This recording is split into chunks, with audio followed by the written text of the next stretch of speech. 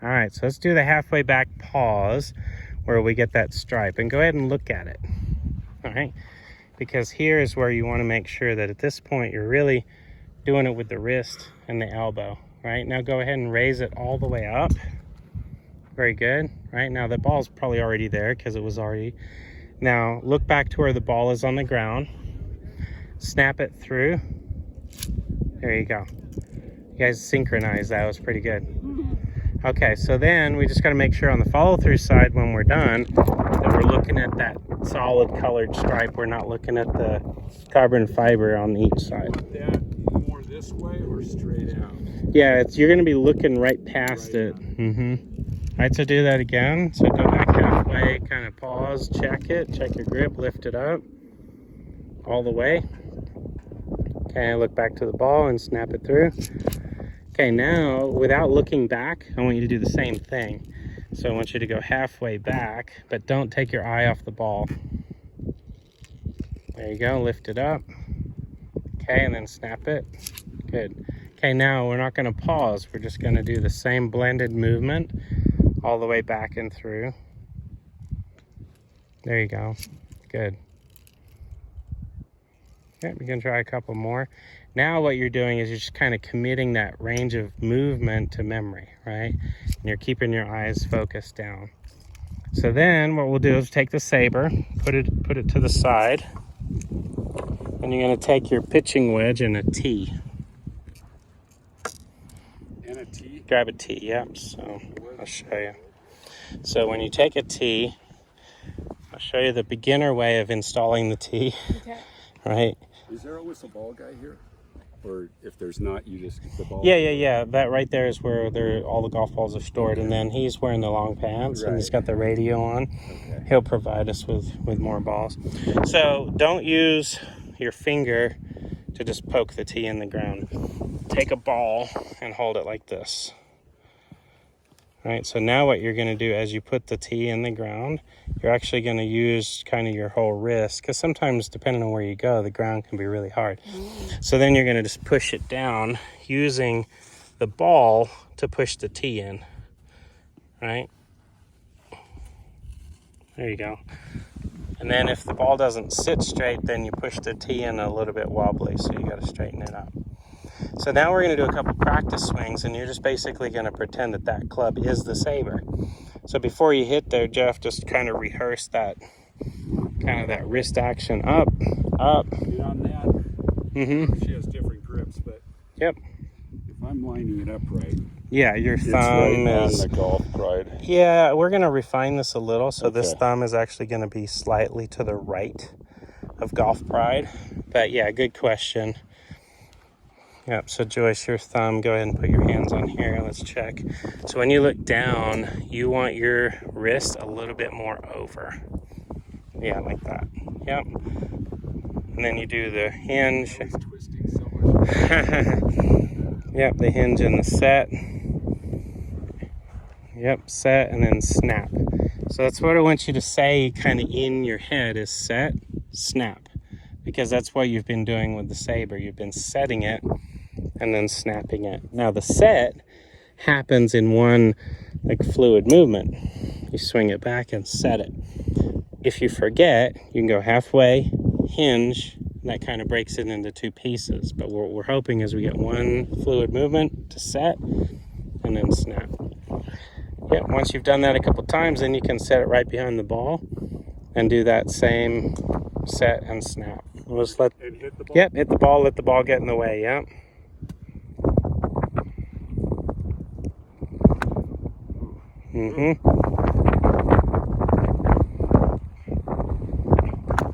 Okay, very good. So, what did that feel like? Because both of you did the same incorrect thing. What did it feel like in comparison to everything we just went through? Faster? Like way faster? Yeah, a lot faster. Yeah, and the angle of the club at the bottom kind of threw you a little. Yeah. So the main thing is keep this thing slow and methodical, because what happens as soon as you get a club and a ball in the way, we all speed up. 100% of people speed up. Yeah. So what I want you to do is ingrain kind of that tempo, that set, snap, You want us to stop and then Up here, stop. there. Yeah, you don't have to stop at the halfway, but once you get to the top, just pause for a second. Yep, and then snap it. There you go. Better. There you go, Jeff. Nice shot. No wonder I was hitting them all. Yeah.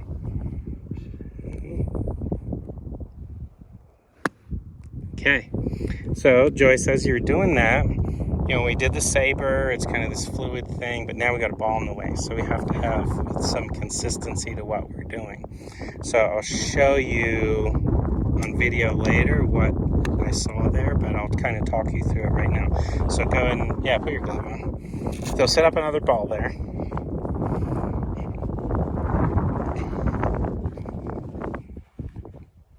Good. Okay, so do your setup, get your club in your grip. Okay, very good. Now I'm gonna just hold the top of your head. Okay, now go back slow and do the set. See how much I'm resisting? Yeah. Because you did that. Okay. And now you just stood up 4 more inches taller than you started, and that's why you hit the top. So do a practice swing, and as you go back here, just keep your head there. There you go. Then you can snap it. So you must have moved, right? So there must have been a little bit of movement during that swing, but you're not aware of it. So that's where we have to, once we set this setup, we kind of have to stay tucked or crunched. So I've heard that before. yeah. Yeah. So one thing I want you to visualize is, let's say I'm 5'7", and when I play golf, I stand at like 5'4". So if I built a room that had a ceiling of 5'4", and I had to stay in the little room and swing, that's what I want you to feel like, is that when you've kind of shrunk yourself down, don't bonk your head on the ceiling because you're moving around. Stay in that little space. You know, when you're doing this with a 7-iron, Yeah. how far up you want that? Yeah, so good question. So what I tend to do is think of it as finger width. So once my fingers are kind of squishing on the grass, the tee is the right height for an iron. For a driver, you're going to tee it up much higher. So that's good. That's good height. Yep. That was good, Joyce. Good. Yep, so you hit the ground on that one, which meant you stayed small. Good, Jeff. He goes straight with you. Yeah. It's different being out here versus indoors too, right? Because you've got like... Well, the grass too throws you off. Yeah. And I went to one range and it had like the mats. curve.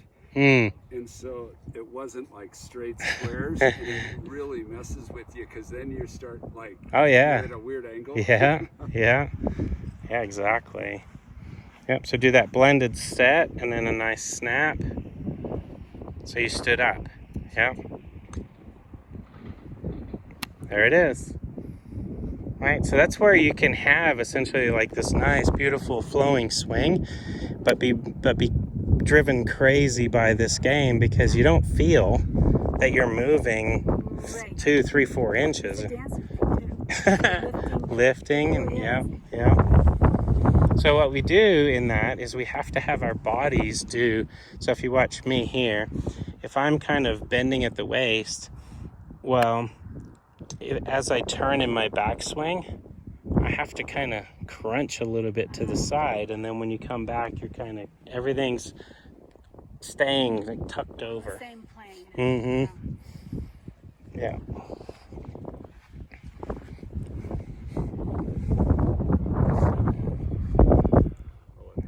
Yep. There you go. Very nice. Good shot. Just nice, huh? 7-iron. Just if I was actually just playing.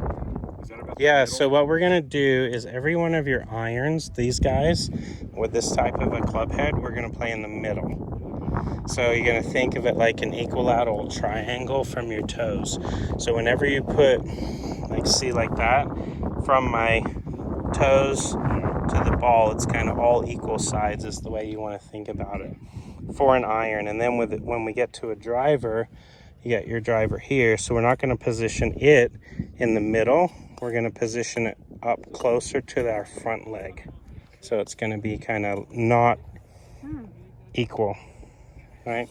So toes and ball create a triangle for all of your irons.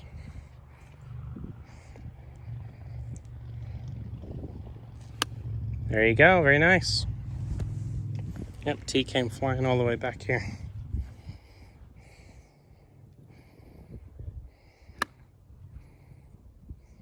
Very good.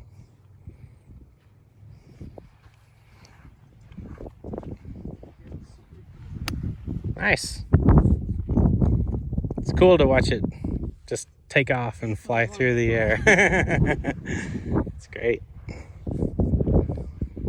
Came flying way back here. There you go. So we'll just do a couple more, and Joyce, you want to try, you can try your little 7 iron, which is called a 7 hybrid, which is fun too, because when you pop that guy, it'll go even further. Try to do it fast. Yeah, so you're doing a good job there, Jeff, with getting that wrist set, that hinge. Just kind of make it a little more fluid. Don't compartmentalize it as much. Like, make it flow a little bit more. There you go. And in dance terms, I want you to do, you know, like have rhythm and not so much do the robot, you know. So Joyce, there you didn't do the all the way to the other side, right? There you go. That was good, Jeff. So as you're swinging, just even though you're trying new clubs and it's, you know, you're teeing them up faster and having fun, always go back to that Saber where you're like, okay, I'm hinging, snapping, and finishing. Because what we're trying to build is a really repetitive, strong foundation. Because you can see where if left to your own devices, you can come up with all kinds of stuff and then you'll get off track. Yeah, so do that. Do a couple practice swings, no ball, where you just kind of do the gradual hinge up and then snap it through. Yep, and just make sure you finish all the way through. Good. And what you're going to find is that club's longer, right? So now instead of squishing into this like 5'2" box, you're going to be at 5'3" or 4. You're going to be taller because the club is longer. But wherever you start is where you stay. That's the key. Yep, that was good. Nice, Jeff. That sounded good. Close. Yep. You just hit the top, so that means you must have maybe stood up just a tiny little bit.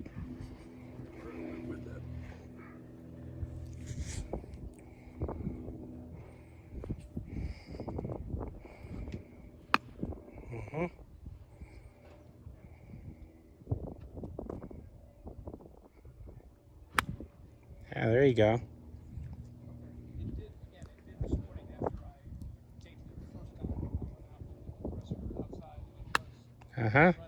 So there's a consistency factor, right? There's 3 things that we're consumed with this game.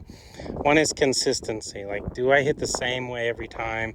Does the club hit the center of the face? Does the ball fly through the air?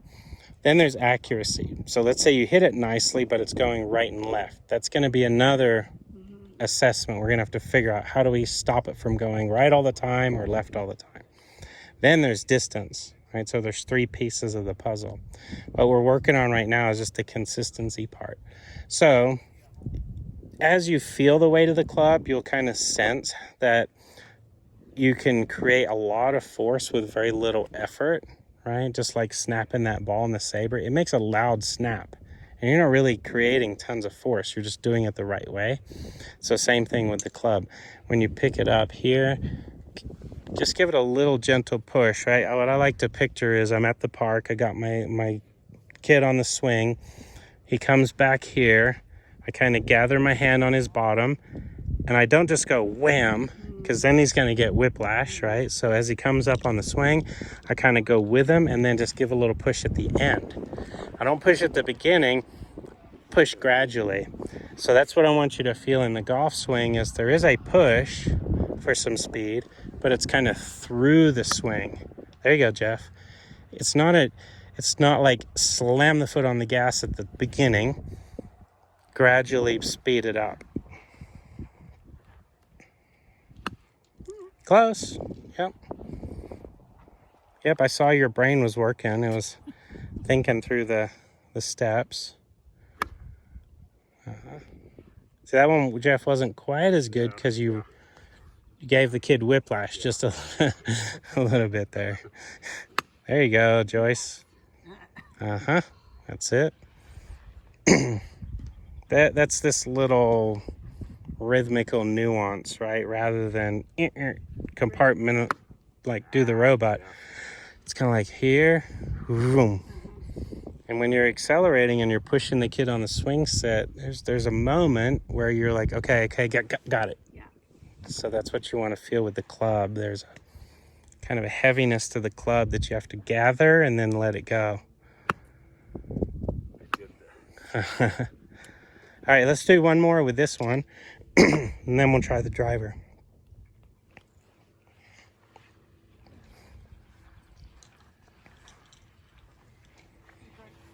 See you, Vince. That was good, Jeff.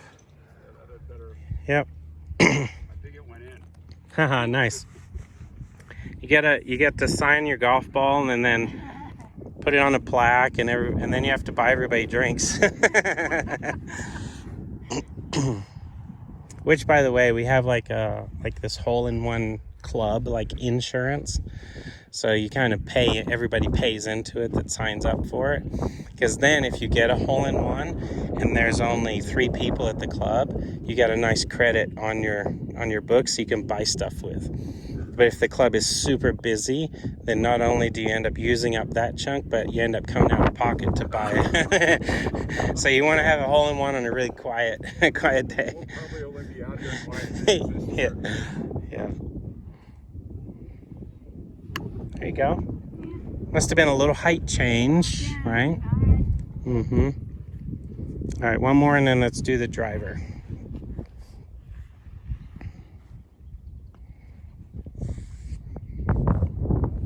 Oh yeah, there you go. Nice. All right. Let's try the driver. There you go, Jeff. All right, so far, Jeff, you've hit a 7-iron. That went 135 yards, right? Nice and easy. Joyce, you hit your 7-wood there. It went about 70 yards. It's great. The better you build this foundation, like just think of that kid on the swing. It's like, oh yeah, now I can shove. And then I can create more speed. You know, especially when you become kind of more in tune with the timing that takes. So let's try the driver and see what we get. What are these distances? Yeah, so like that little chart that we walked by, it is there. But another golf present that you get to buy yourselves is like a rangefinder, She bought laser. One, and I don't know how to work it, so I'll show it to you. Yeah. I got So a middle of the road one. But perfect. Let's use that. And when we go back over to the car, is it in your bag? It's in the bag. Okay, Is there cool. batteries in it? Yeah. Good. So then we'll shoot some of these targets, and you can practice doing that too. But yes, it is written on that board. But then also, if you've got it with you, Well, that blue one's 135 then. this one purple right there. Yeah. Okay. Yeah. So that's 135. Amazing, not swinging, not moving my feet. 135. Yeah, easy. All right, so now when you tee this one up, you're going to tee it up super high to the point where the ball might wobble off the tee. So you're barely going to put the tee in the ground. Let's go higher. Higher on mine too. Yeah. Yeah, I like that. So as you set the club in behind the ball, what you're going to notice, your club has like a little circle on the face. You see that? So what you're trying to do, see how yours has this circle and X? So what you're trying to do is match that up to the ball. So you've got this little V, that's a chevron right there on top, this little logo that Callaway uses. And then you're hoping to connect the circle on the face Nice. right with the Okay. right with the ball. It's the same swing. Yep, Everything's the same, except this is a much longer club, so you're going to be standing up taller. There you go. Very nice. There you go, Jeff. Good ball. So that's like, You with me on Friday. yeah, that one there was probably 175, almost 200 probably. It's easy when you do it right. Got to get that Saber, got to train it. There you go, Joyce. All right, so the swing is what we're working on, not necessarily whether it's flying through the air and all that. What your ball going low there wasn't a bad swing. It was a bad angle of the collision, right? So I'll show you what I mean by that. So when you came through, the club was flat like this. It wasn't like tilted up. And so I'm gonna adjust this little setting right here to give you more loft. Okay. So let me do that real quick. While I do that, why don't you hit a few more with your 7 hybrid. So your driver, Joyce, is a 12 degree. So I'm going to do 2 things to it. It's 12, and I'm going to set it to this setting plus 2, which makes it 14 degrees. So that means it gets it in the air. And then I'm going to take this weight out, which makes it lighter. So it makes it easier.